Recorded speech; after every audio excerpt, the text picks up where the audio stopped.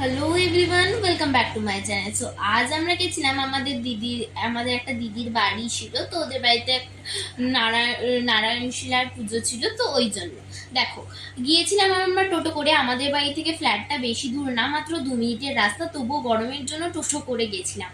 তো তারপর আমরা লিফটে করে ওপরে উঠে গেছিলাম। দেন দেখো কি সুন্দর করে জায়গাটা সাজিয়েছে, আর নারায়ণশিলাটা খুব সুন্দর করে সাজিয়েছে। তারপর আমরা ওপরে ছাদে যাচ্ছিলাম, কিন্তু ছাদে গিয়ে গিয়ে আমরা খেতে খেতে বসে যাইনি, উপরেই খাওয়ার ব্যবস্থা করা হয়েছিল।